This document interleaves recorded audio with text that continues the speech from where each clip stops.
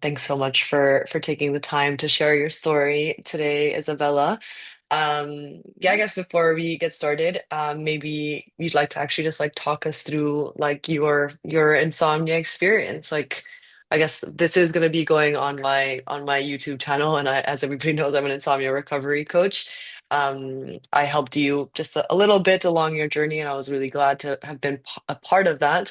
But I think a lot of the work was also realizations and learnings that you also like found yourself along the way. And I'd love to, yeah, have you share your story with us. Yeah.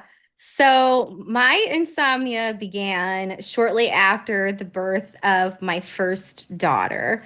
Hmm. It was my first baby, and I experienced sleep disturbances at first that I actually feel were related at first to hormonal things, hormonal fluctuations, all the things you go through when you're breastfeeding, when you're in postpartum. Hmm. However, nobody told me that it was normal to develop these sleep disturbances.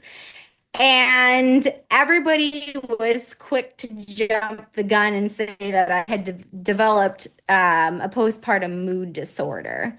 Hmm. And after I'd gone, it was 6 days. It was 6 days with no sleep, like not a wink of sleep. I was freshly postpartum. I think I was only 4 months at the time. Well, Um, I I wound up in the psychiatric ward because I was going bonkers. I was hmm. actually having like suicidal thoughts, homicidal thoughts. It was really intense.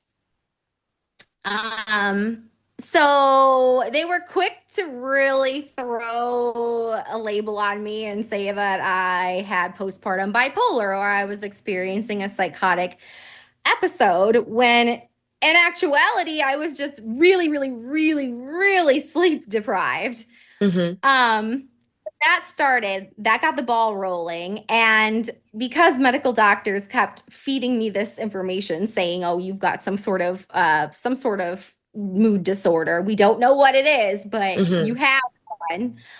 I actually thought I was going crazy and Yeah. I just lost the inability to sleep. Hmm. Uh, so then this fear started to develop in me that I was never going to sleep again and that I was always going to feel super hyper aroused, always on edge, kind of depressed. And it just the thoughts or the words that you have postpartum bipolar just kept like circulating in my Hmm. mind because that's a pretty heavy diagnosis to Yeah. throw at somebody who's Hmm. never, I've never ever been mentally ill in my life. I don't have a genetic predisposition for any type of mental illness. So Hmm. that led me to a lot of fear, and that fear kept me from sleeping because I Hmm. obsessed over sleep so much. That was when the sleep disturbances actually became insomnia for me. Hmm. Yeah, it sounds like honestly so unbelievably difficult. And I think like so often, and also with my own experience, that you turn to like the medical community expecting results and like some kind of answers, and then the answers that you get given are just like so not really representative of how you actually feel. And actually, that's like another kind of question that I did have for you is that you did try so many different approaches, including medications, medical advice, and nothing, of course, seemed to work because, well, as you know now, the problem was something else entirely. But what was that Yeah. experience like, and what actually kept you like looking for something different? Because in the end, I guess you have now pretty much recovered. Like, what actually made you like really feel like there was other options out there for you? Yeah. So after I got out of the psych ward, they had given me antipsychotics. They were giving me Hmm. Zyprexa. And as us true insomniacs know, sometimes we might find a little bit of relief at first with Hmm. some of these remedies. They might work for like a Hmm. night or 2 nights, right? Hmm. But then all of a sudden, boom, they just stop working. And that's because they're not actually fixing the root of the problem. The root of the problem is the fear of being awake. Mhm. And sometimes your body is so hyper aroused, it overrides these medications. So I took those antipsychotics for I think about a month or so. Um, Mhm. and then yeah, I was like, yeah, this isn't working. This is not doing anything for me. And then the answer to that by the MDs were, oh, we'll just up your dose. And that didn't work either. And then I Mhm. started taking Valium. I was taking oh geez, like hardcore heavy benzodiazepines. And I was still lying awake at night. Like nobody could understand how I was taking all these medications, but Yeah. still laying awake. So I went down so many different traditional avenues. And then I decided I'm done with that. I'm going to go down like the natural avenue. So Mhm. I started taking 1,010 different sleep supplements, like all the teas and all the tinctures and all of the vitamins and herbs. And then I got Mhm. something done called a Dutch test, which is like a really comprehensive hormone Yeah. panel. Yeah. And nothing really came of that. So the functional medicine doctor was quick to jump the gun and say, "Oh, well, you probably just have again a postpartum mood disorder." And I'm like, "But I don't because I knew I didn't because I didn't have any other symptoms of that. Mhm. I just had anxiety about sleep. I couldn't Mhm. sleep. And when I would say that, they kind of look at me and they're like, "Well, yeah, you're hyper aroused. So, I mean, that's a symptom of bipolar." So I'm like, "But you can be hyper aroused and be afraid of sleep and not have bipolar." So anyway, that's a whole other. Yeah, So definitely. yeah, none of the natural stuff worked. So finally, I just gave it all up. I Hmm. gave it all up because none of it was helping me anyway. Hmm. That must have been pretty scary though as well, like to yeah, just like go through that experience and obviously also try all these things. And I think it's 100% sometimes like I love that you use humor to like explain your story because obviously in the moment there's like not much humor involved, but when you look back, you're like, and now you see everything so clearly, you're like, wow, like I wasn't crazy, they were in a way. Um, but yeah, Yes. and also like that being said, like obviously you tried every single possible thing in the book from like natural remedies to like prescription medication, you name it. When, and of course, like at one point you did give all of that up. And I think that you also found the Sleep Coach School YouTube channel, right? Pretty sure. Yeah. So I Yeah. found that in December of Yeah. 2024. And that Yeah. was pretty much almost a year to the date actually Hmm. from when all my sleep stuff started. Hmm. Um, and then that was the first time I felt seen and validated. Yeah. That was the first time. I'm like, oh my goodness, somebody understands. Yeah. Like, I'm not crazy. I don't have this mood disorder. When I say I'm afraid of sleep or like I feel this false sense of energy when I lay down at night, it's not because I'm manic. It's Hmm. because I have anxiety about sleep. Yeah. Yeah, definitely things started to click. Would you also say that that's kind of like what marked the almost like the start of where you started seeing like noticeable difference in maybe your confidence in being able to sleep and and that being something that would one day return to you? Yes. So after I discovered the sleep school, I want to say like a week or so after I discovered it, all of a sudden it was like a magical switch and I was sleeping again. And I didn't Hmm. do anything. All I was doing was listening to those videos by Daniel. Hmm. And I was Hmm. like listening to there's one on his channel in particular about a mom. And that was the one that Hmm. like resonated with me because she went through like the exact same thing with them thinking she had this mood disorder and all this. Hmm. So, um, but I started off good, But then I hit a speed bump. But when I hit my speed bump, I spiraled and I spiraled way, way down. And then it was months before I found you. I found you on Instagram and I was like, I need help. The Lord knows Hmm. I need help really bad. I need somebody to like talk me through this because at that point it wasn't enough for me to just do it on my own because Hmm. I had also developed like this little fear of like, oh, well, these videos now aren't helping. So now what, you know? Hmm. Um, so I was very happy to connect with not that we're in person, but somebody who face to face that has been through the things that I've been through, who could relate and could also give me some advice. Yeah, I'm really just so happy that I could be that person to you. And I remember also like speaking to you, and I know that you already came with all of this like fundamental knowledge, and I I do like love sharing that because I'm a huge, I guess, promoter of education. And when it comes to insomnia, like education truly is key. Like the more you learn about what's happening, the more you can understand like the own patterns and the own behavior in your own life.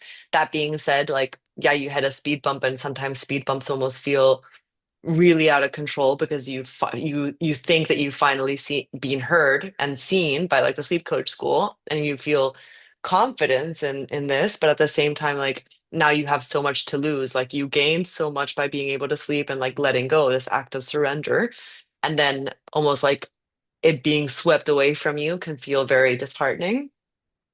And that Yes, being and said, that like, happened so to go me ahead. several times. Sorry. Oh no, you said yes, that is exactly right. And it happened to me several times. It wasn't just once. And I think I told you in our first session ever that when that happened, I was going through really long speed bumps. Like I told you, they were like months long, like two Hmm. months, 3 months long. It wasn't just Hmm. like a week or a Yeah. few days. It was like, no, I was spiraling out of control because I Hmm. was so obsessed with sleep. All I did all day long was think about sleep. Sleep, sleep, sleep, sleep, sleep. And all I talked about was sleep. Hmm. Yeah, I could definitely dominate the conversation quite a lot. Yes, I'm sure people found it annoying because that was like it was like my identity at that point. Like, like oh I my God, know. I'm a full-blown insomniac and I don't know how to get a grip on my life anymore. I don't know if I'm Well, ever gonna be able to sleep.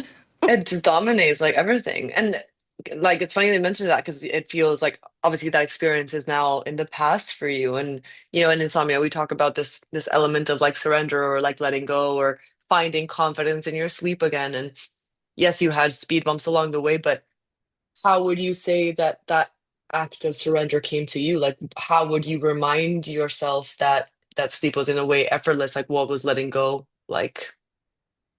Letting go was hard. I'm not gonna lie. I'm definitely one who I like a control. Hmm. So when something is out of my control, I can't when you can't force sleep. So Yeah. the more you think about sleep, the farther sleep gets from you. Um, so letting go for me, it was a challenge. The Hmm. turning point was we had a session and I told you that I had significantly weaned off of all of the stuff I was taking. Yeah. And I think I told you at that point I was only taking like THC and like one Yeah. other. That was our first session. Yep. Yes. And but then you had suggested that I just stop it altogether. And I took your advice that night, even though I didn't want to. I was like, I'm just gonna do it because what do I have to lose at this point, right? Mm. Um, so I did it, and that night I actually slept fairly well. And then I had a few more nights after that that I slept Hmm. well. But Hmm. then I got in my head and I was like, no, this is not gonna work. Like it's bound to Hmm. come back. It's gonna happen again. And then it Hmm. did because Of I course. started to spiral. Um, So then I found myself back at square one, and I think I called you. I scheduled a call with you. And then it was after that time, that last time we were on the phone, I was like, I don't know. I don't really have any, like, I don't have any more energy to put towards this anymore. Like, it is what it is at this point. And when you Hmm. kind of come to that ex level of acceptance, it is surrendering, and it's Yeah. surrender in your body. It's a sense of surrender in your body. And when you stop like ruminating over it and just dwelling on it and letting it cycle in your brain 24/7, Hmm. it helps. But it's Yeah, you not. take back the dialogue. Yes, the dialogue. So I had to change. I had to change a lot of my dialogue. Anytime I would think about not being able to sleep, immediately I cut it off. And I know for some people, I know you have told me that like we don't necessarily need to shut those thoughts off. But for me personally, I've just found it helpful to just shut them down because the Hmm. way my brain works, the way I have anxiety, I will just go down a rabbit hole. So Hmm. I actually do a weird thing where if I feel like I'm negatively thinking about something, specifically sleep, I just envision a stop sign and I just say Hmm. stop. And to me, But that's it in a way like a really good strategy because it's not, you're not entering. I think oftentimes like the reason why we spiral is because we entertain the an idea and then we enter like into a dialogue with the anxiety. Like we try and disprove it or we say like, okay, like that's not true or let me show you otherwise. But when you actually say stop or like I don't need to pay attention to you, like my own mantra was more I don't need to worry about this right now, which is the same as saying stop. It's not that you're not listening to it, it's just that you're not engaging with it, you know? That's yes, kind of there like you the go. difference. That's better. I like that. Yeah, yeah. You're not engaging with it. Right. I'm not feeding it at all. I was just, okay, it's there, but I'm not gonna pay attention because it does not deserve my energy right now. Yeah. And the more you do that, because your brain is like a muscle, so the more you do that, the easier it becomes to flip that switch on, like on and off or off, preferably for Yeah. for us. So yeah, the more I did that, the easier it got for me, and the less worried about sleep I became. Yeah. Yeah, yeah, definitely. I did want to kind of like quickly touch on the me suggesting you quit medication altogether, but just like anybody listening, because I feel like the just something I wanted to mention is that the reason why I did say like why don't you like leave it all at once kind of thing is because you wanted to clearly come off of these things. And oftentimes if we think that we're going to wean ourselves off, we sometimes expect it, or we can wean ourselves off as long as there's a plan in place. But if you're approaching it from a experimentation perspective of like, let's see what's going to happen, that oftentimes backfires. So it's like, well, how you can almost like take back control by just saying like, well, I don't need these things to sleep. Hence, I'm just not going to take them. And that's in a way like more powerful than experimenting with the what ifs these do or do not work, right? Yes. But And that's what it was. That's what it was for me, which that's why I chose to stop taking them because yeah, those supplements that I was taking were still telling me at the end of the day that I needed something to be able to fall asleep. And that's not true. I don't need yeah. anything. And I haven't taken anything in over a month. So Amazing. You I'm should be very, very very proud of happy. yourself. Once Yeah. yes, I am. I'm very, very proud of myself because I never thought I was gonna get to this point because I was in a really, really, really bad spot. Like mentally, I was always crying. I was like Mm. depressed. I was exhausted because I wasn't sleeping and I have a baby. Yeah. So I just felt like my life was in complete shambles and I was never gonna get it back. And thought I'd made like this horrible, horrible decision, like what did I do? Did I make the wrong decision to like have a baby? Like there was a lot of things that were going through my Yeah. mind. And I was in a Naturally. really, really I'm sorry that you had to go through that, but in a way, I sometimes think like one, we're never given more than we can handle, and two, hopefully there's a silver lining in all of this that you've also learned. I don't know, maybe lessons that will transcend into all other areas of your life, perhaps. Um, and one question actually, and maybe to slowly kind of like finish off, because I know hopefully for anybody who may be listening to this who's also trying to find a bit of solace, just like you once did, as well, by I guess listening to other people's stories, what would you now, knowing what you know now and having gone through what you've experienced, like what would you be your advice to someone else who's maybe in the same shoes that you've already walked? Yeah. Um, my advice to them would be just keep going. Find an exercise, a mental exercise that works for you, whether it's something that you tell yourself, whether if it is breathing for you, find something and just stick to it. Keep doing it. Because the second hump I had, Hmm. so I had issues falling asleep and staying asleep.